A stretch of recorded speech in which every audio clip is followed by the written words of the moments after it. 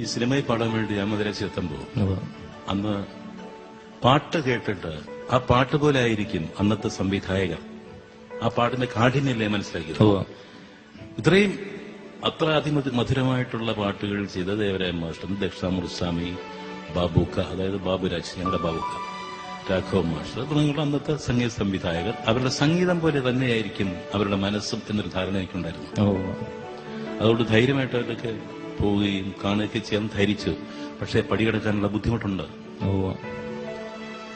പടികടക്കാൻ, അവരെ കാണാൻ, അല്ലെങ്കിൽ നമ്മുടെ സങ്കടങ്ങൾ പറയാനുള്ള ഒരുപാട് ബുദ്ധിമുട്ടുണ്ട്. ആ ഒരവസ്ഥ ഇഷ്ടംപോലെ അനുഭവിച്ച ഒരാളാണ് ഞാൻ. അതുകൊണ്ട് എന്റെ പാട്ട് കേട്ടിട്ട് പല ആൾക്കാരോട് പറയാറുണ്ട്, മാഷ പാട്ട് കേൾക്കുമ്പോൾ ഇതേ സ്വഭാവമായിരിക്കും. മാഷ സ്വഭാവം അങ്ങനെയാണ്. പക്ഷെ എന്റെ ജീവിതത്തിലുള്ള അനുഭവം എന്നെ ഒരുപാട് കാര്യങ്ങൾ പഠിപ്പിച്ചിട്ടുണ്ട്. ഈ കാശുണ്ടായിട്ടോ ഒന്നും ആയിരിക്കില്ല.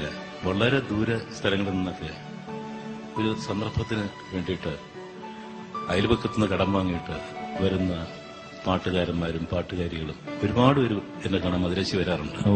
ഒരു കാരണവശാലും ഞാൻ അവരെ ഗേറ്റിന്റെ പുറത്ത് നിർത്തിയിട്ടില്ല. എന്ത് തിരക്കുണ്ടെങ്കിലും ശരി, ഞാൻ അവരെ അകത്തേക്ക് വിളിച്ച് വീട്ടിലിരുത്തി ചായ കൊടുത്തു, അത്യാവശ്യം ഉച്ചനേരമാണെങ്കിൽ ഭക്ഷണം കൊടുത്തു. എന്താ അറിയാം, അവർക്ക് എന്നെക്കുറിച്ച് അങ്ങനെ എന്തെങ്കിലും ഒരു ധാരണ ഉണ്ടെങ്കിൽ ആദ്യം മാറ്റിയെടുക്കുക. അപ്പൊ അവരുടെ കോൺഫിഡൻസ് ആണ് അവർ പാടുന്നോ ഇല്ലയോ എന്നുള്ളത് പറയുക. പക്ഷെ എനിക്ക് ഇങ്ങനെയുള്ള അനുഭവങ്ങൾ ഒരുപാട് പേരൊന്നും ഉണ്ടായിട്ടുണ്ടെങ്കിലും പക്ഷെ എന്നെ മനസ്സിലാക്കുകയും എന്നോടൊപ്പം എനിക്ക് വേണ്ടി എന്തും ചെയ്യാൻ തയ്യാറായ ഒരു മ്യൂസിക് ഡയറക്ടറുണ്ട്, ബാബുരാജ് എന്ന് പറയുന്ന ബാബുക്ക. അദ്ദേഹം ആണ് എന്നെ ആദ്യം സിനിമയിൽ പാടിച്ചത്. വെള്ളിയാഴ്ച എന്നൊരു സിനിമയില് സത്യമാഷ വേണ്ടിയിട്ട് ജാനകി അമ്മയും ഞാൻ അടിച്ചേർന്നൊരു ഡ്യൂറ്റായിരുന്നു. അത് ആദ്യം ഞാൻ സിനിമയിൽ പാടിയ പാട്ടാണ്.